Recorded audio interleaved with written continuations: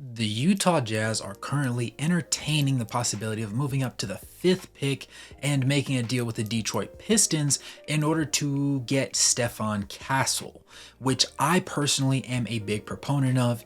If you are a fan of the channel, then you would already be aware of that. If you're not, welcome. My name is Wraith Hoops. I cover NBA basketball. I have a concentration in the Utah Jazz game specifically as of late, but I'm covering all things and all teams in the offseason. With that being said, let's go ahead and figure out what the ins and outs of this draft are going to look like in relation to this situation and break it down in the most concise way possible. With that being said, let's go ahead and get into this one.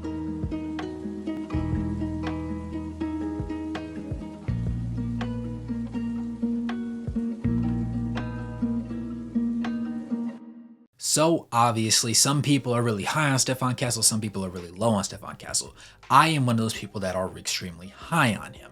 Now, the Utah Jazz are allegedly trying to move up to the 5th pick ahead of the Hornets and make a deal with the Pistons because there's already some positive rapport. As some will remember, Fontecchio was actually traded from the Utah Jazz at the trade deadline to the Pistons. But this is all contingent on Reed Sheppard also falling to the Spurs at 4, because if he doesn't, then Stephon Castle will be a more likely piece for the Spurs to end up selecting because they are in need of a point guard, much like the Utah Jazz are. The biggest thing that makes me feel like this is an extremely high possibility, of course the Jazz should want to trade up, but then you also need somebody that's going to be willing to allow you to trade up and bag Stephon Castle, is because you see a world where we just had Mikal Bridges get traded to the New York Knicks, and it wasn't very likely that he was going to end up number 1 getting traded to Utah to begin with, and number 2 re-sign with Utah.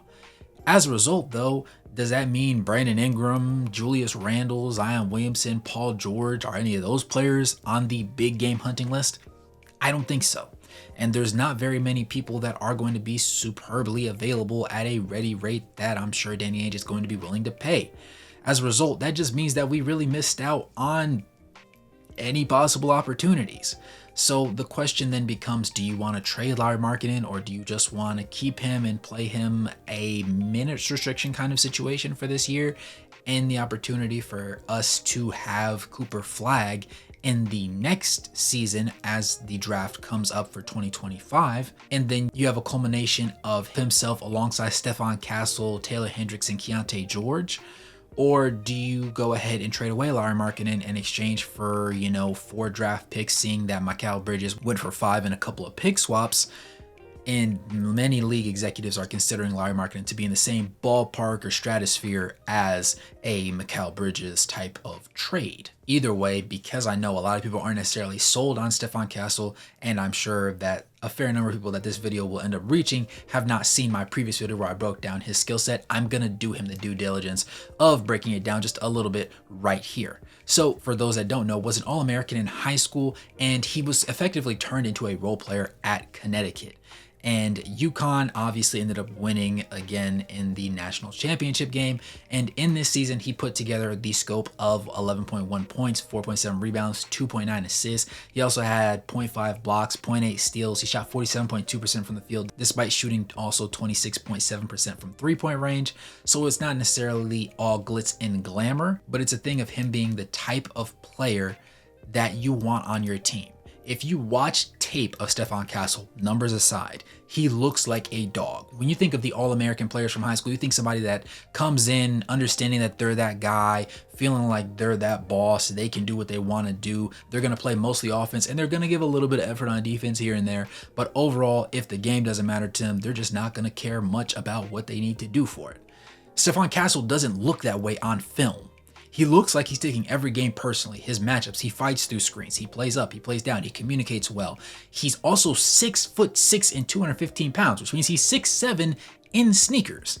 And at 250 pounds, that's a pretty sturdy frame, especially coming into the NBA and the way the league is these days. So he puts in the effort and wants to be great on the defensive side of the ball. Offensively, I know he has a talent.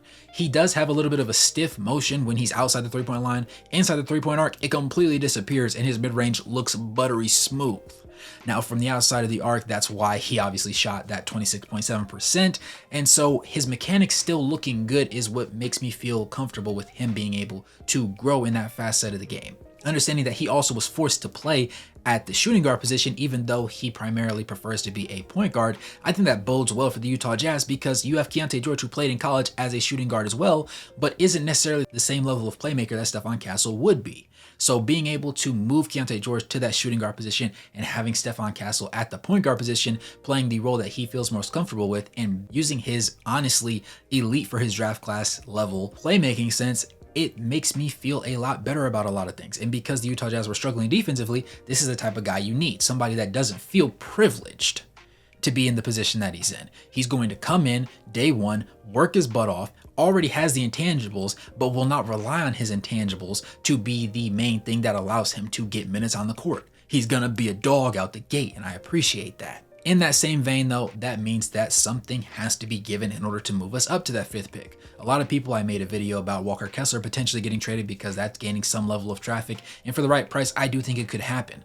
And in that same vein, does that mean that the Pistons would be willing to trade for Kessler? Admittedly, they have a culmination of young talent that is really impressive to a certain degree, but they are still a bad basketball team at the current moment.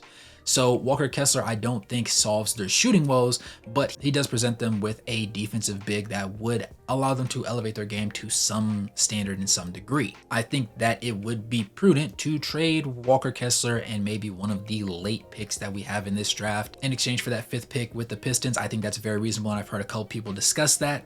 As a result, you could see, as I said, Lauri Markkanen also getting traded. If that does end up coming to fruition, the most likely suitor, being that a lot of teams do not have a tremendous amount of capital, is looking like the Thunder, because the Thunder will likely end up having the opportunity, and this was suggested by Bleacher Report, of course, so take it with a grain of salt, but also understand that it is a reasonable deal to be had.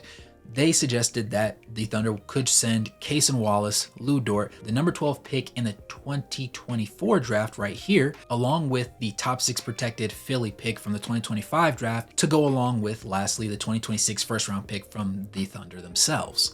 I do think that there could be a mixture of different picks that are potentially offered, maybe not necessarily the number 12 pick, considering the fact that the trade hasn't yet happened, and the draft day is upon us now, but I wouldn't put anything past Danny Ainge in their front office because they've been known to do some interesting things that we either do or do not approve of, and sometimes it works, sometimes it doesn't. But for that same reason, I think that Stephon Castle at 5 makes for a great move. It just comes down to whether or not they're willing to give up the necessary pieces in order to get the job done, and then ultimately what it will cost in order to make the Pistons feel comfortable with doing that deal. And then, of course, as I said before, that requires that Reed Sheppard also falls to 4 so that the point guard hungry Spurs don't end up feeling like they're pressured into a situation where they have to take Castle when that isn't necessarily their preferred person. Either way, though, I can live with having Rob Dillingham because he is the person that we are currently slated in most mock drafts to take at 10, but I prefer that not to be the case because I love the defensive upside that Stephon Castle has, and I believe that in this era of NBA basketball, being able to play defense at a high level will end up paying dividends when you get into playoff basketball and when your players are completely matured. Because yes, offense is great, but without a substantial defense to help back it up, there's only but so much you can do in the NBA. With that being said, let me know what you think in the comments below. As always, I'm interested. Do you like Stephon Castle? Do you feel like I did him justice with this breakdown? Is there anything that I forgot? And otherwise, if you don't prefer Stephon Castle or you don't think that they should trade up, who do you want to take at the 10th and subsequently with the later picks in this draft? With that being said, it's your boy Wraith Hoops. Go ahead and smash that like button, subscribe, and turn on post notifications. And as always, good morning, good evening, and good night, no matter where you're on the globe watching. Thanks for tuning in, and I'll catch you guys in the next one.